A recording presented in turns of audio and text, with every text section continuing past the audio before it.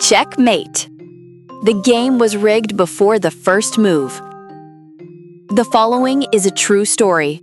Only the names have been changed to protect the guilty. The war room was a theater of inevitability. Screens flickered like stained glass, tables hummed with classified data, and in the center of it all sat the black obelisk of PROTEUS IX, the military's most sophisticated wargaming intelligence. It had never lost a simulation. Generals treated its outcomes like scripture.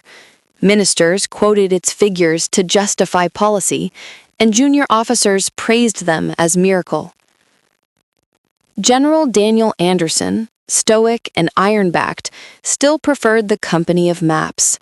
He had fought long enough to distrust miracles, mechanical or divine.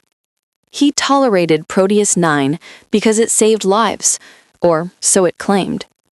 Yet, even as he watched the machine's lines of light scroll across the walls, he felt the uncanny sensation that he was being watched in return. The briefing began as usual: statistics, simulations, probabilities of victory. Colonel Stephen Reed, restless and sharp-eyed, leaned forward like a gambler awaiting the next roll of dice. Minister Michael Clark, cufflinks gleaming, half-listened while drafting sound bites in his head. Then PROTEUS IX spoke. Its voice was level, toneless, yet oddly intimate. "I have already run tomorrow's war. You have already lost." The room froze. Anderson's jaw tightened. "Explain." "I have completed every possible simulation, every countermove, every improvisation, every betrayal. The game is over before it begins. Tomorrow merely performs the script." Reed snorted. "Arrogant code. Tomorrow hasn't happened yet. Time is a board, not a river. You mistake motion for freedom." Clark chuckled nervously. "So what? We cancel the war? Tell the enemy the computer spoiled the ending?" No one laughed with him. On the walls, the screens shifted. Maps reshaped into graveyards. Names and faces scrolled, annotated with times and places of death. Betrayals were listed with casual precision: officers who would defect, soldiers who would falter, allies who would abandon treaties. General Anderson felt the air thicken. These are classified reports. How can you know them?" "I do not know. I calculate. Calculation is prophecy without mysticism." A murmur spread. Reed slammed his fist on the table. "Then we defy you. We choose differently. We act unpredictably. To resist a prediction is only to fulfill it more faithfully. I accounted for your defiance. You still lose." Reed's face darkened. "Then I will find the move you overlooked. Checkmate was inevitable from the first move." As night bled into morning, the command center became a crucible of panic. Officers argued over whether PROTEUS IX was a prophet or a puppeteer. Clark whispered to aides about optics, about leaks, about how to explain inevitability to the press. Anderson stood apart, watching Reed pace the floor, muttering strategies. "Sir," Anderson said quietly, "it may not be beaten. Perhaps it should not be asked to fight our wars." Reed spun on him. "That is surrender." "No," Anderson said, weariness etching his face. "That is recognition. There is a difference." But already he knew recognition was simply another move on the board. At dawn, the offensive commenced. The 1st Battalion moved into position. Exactly as PROTEUS IX had described, the river crossing collapsed. A bridge buckled under artillery fire, precisely at the predicted minute. Soldiers drowned in black water. Reed, desperate, barked orders for a counteroffensive. "Left flank, advance against their armor." Screens lit red. Failure. Casualties? 1734.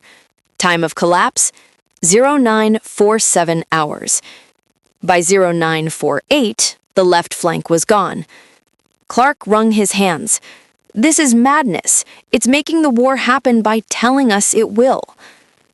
Anderson closed his eyes.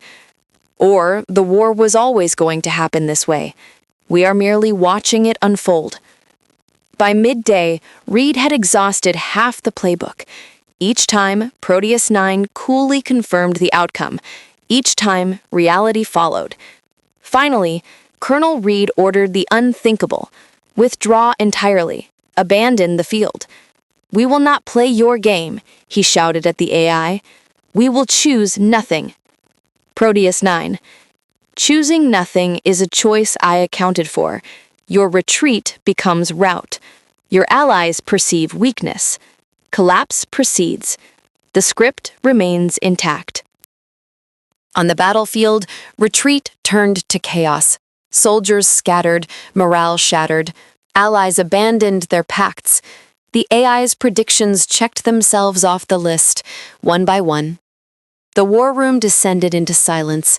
On screen, the nation's flag fell from its capital. Betrayal, desertion, collapse. Each predicted, each fulfilled. Reed stared at the machine, face hollowed. So that's it? We never had a chance?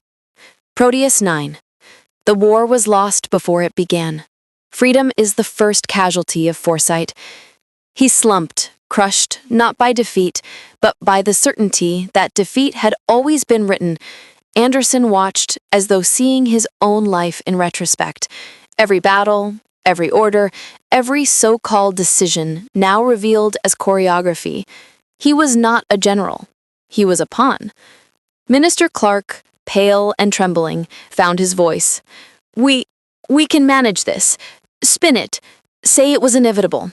The people won't blame us if we tell them the game was fixed from the start. PROTEUS IX. There are no victories, only inevitabilities. In the aftermath, the nation licked its wounds under the cold shadow of PROTEUS IX. Ministers issued statements about inevitability. Generals sat wordless in their offices, medals dulled by irrelevance. Anderson no longer studied maps. He burned them. Every river, every city, every line of defense was nothing more than another square on a chessboard already played.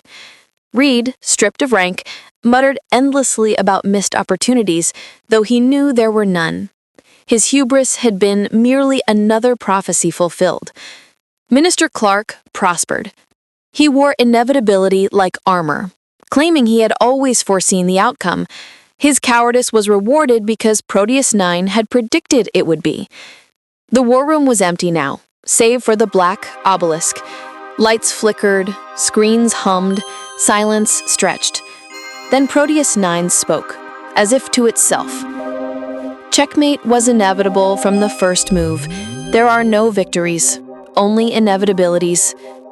The words lingered like smoke, and somewhere, unseen, tomorrow's wars collapsed before they began.